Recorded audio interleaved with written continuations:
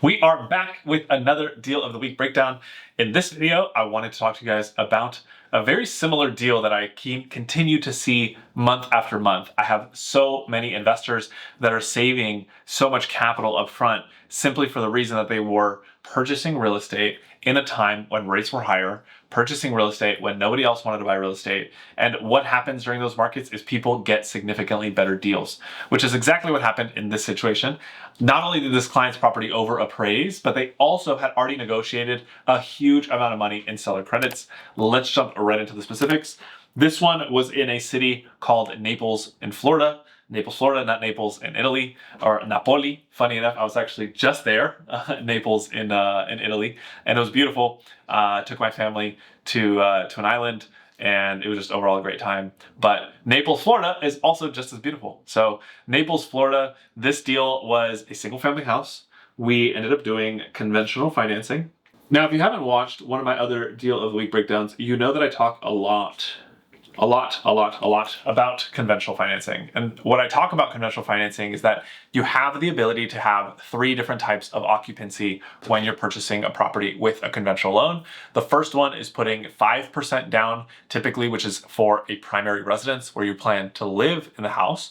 I actually have a lot of investors who buy houses with a primary residence loan. They move into it for the first year, typically, right? And then what happens is afterwards, they end up moving out and they turn it into a rental. So it allows you to get into it with a lower down payment. The second option, which we did here, was a 10% down second home loan, which allows you to buy a property that's gonna be a short-term rental or a midterm rental. You essentially just cannot do a 12-month long-term lease. And then the third option is a 15% down investment loan. When you do a 15% down investment loan, it allows for you to buy anything that is going to be a rental, whether it's a pad split model, short-term rental, midterm rental, rent by the room. It doesn't matter. You can do whatever you want as an investment when you purchase it that way. In this specific deal, we did 10% down. We got our client to qualify for that kind of financing. It was allowing her to come in with less money down out of pocket, and we also got a really good interest rate, and we also got really good amount of seller credits. So jumping straight in, this property was 6,098 square feet. It was a pretty big lot. It had a massive pool in the backyard. It's gonna do really well as a short-term rental. It was 1,500 square feet, and it's a 3-bedroom, 2-bathroom house. The property was a single family home. Now, most clients of mine who are purchasing short-term rentals are buying a property that's going to be a single family residence. That's just 9 times out of 10 what route people take. The property ended up appraising for $830,000. $830,000. It looks weird. Purchase price here though was $799. So not only did we buy it for less than what the property had appraised for, but even in this $799, we had money already tied in inside our credits, which you guys will see here in a bit.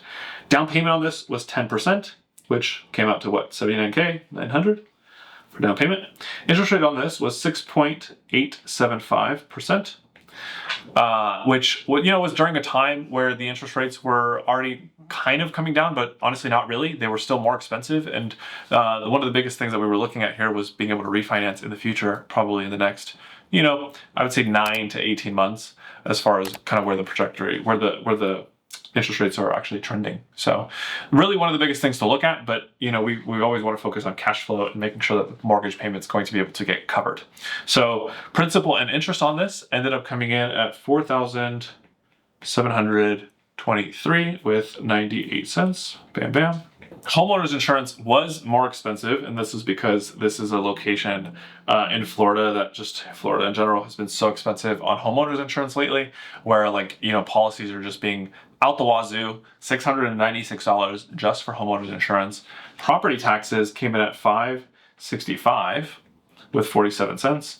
And then monthly PMI was at 137 with 83 cents.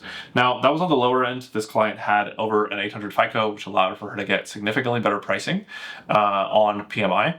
But it's just one of those things that PMI is kind of the cost of doing business. I always look at PMI as, private mortgage insurance, right? It's the bank making sure that they are covered in the event that you default on your loan. But it's also important to notice that if you have a better credit score, the PMI is lower. It's priced in a better pricing bracket with a higher credit score. And you can even remove PMI after a couple of years. I actually did this on my Stockton property, of a rental property in Stockton, California, where I called the bank 2 years after I bought the property, and I asked them to do an appraisal. they ended up doing an appraisal and it resulted in removing my PMI, and it didn't change my loan at all. And so this is why I tell people, if you're buying a short-term rental and you're buying it in a market that is going to be always appreciating in value, like Florida, do not put a large down payment if you don't have to. You have the ability to be able to remove the PMI later without needing to worry about putting 20% down just to save $130 a month. It doesn't make sense. On a deal like this, why would you bring another $80,000 just to save $137 a month? How much more could you be doing with that additional 80 grand as opposed to putting it into the property? So total monthly payment came out to, bam, bam, $6,123 with 41 cents. Now, keep in mind, my investors that are buying short-term rentals are getting anywhere between 15 to 25%, even more, of the sales price in annual revenue. And that has more than enough of an easiness to be able to cover the mortgage payment, plus covering all the other additional expenses, and even providing cash flow on top, all while my clients are still saving money on the upfront cash that they're spending on their houses, allowing them to go buy more real estate, and saving money on taxes.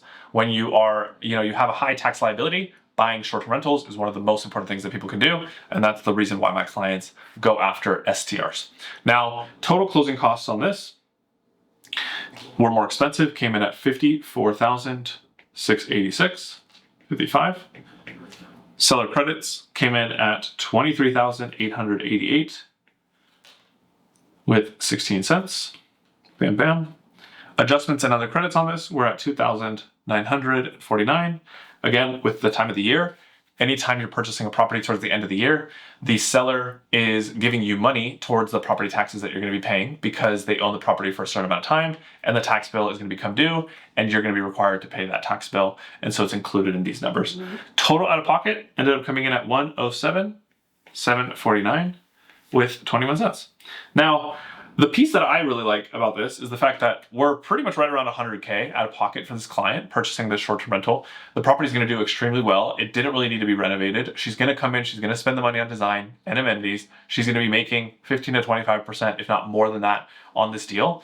And it just goes to show, why are people still purchasing real estate? What are the benefits of purchasing real estate in a market like this, where you have the ability to negotiate a ton of money in credits? She's even getting over $30,000 in simply the appraisal from this deal. And now in the future, when she goes to refinance, she'll already have that equity that she can tap into, whether it's for a cash out to go get another property, or whether it's to be able to remove PMI significantly faster. So I hope you guys found this deal of the week video informative. You guys know that I'm always going to want to take you through the process. What is it that my clients are doing? If you're ever trying to figure out where you should be going or how to even look at your deals, my team and I specialize in working with real estate investors. We've done over $500 million in loan funding for our clients who have purchased real estate investment properties, and we service the entire US. And so we are here to help you guys be guided through the entire process.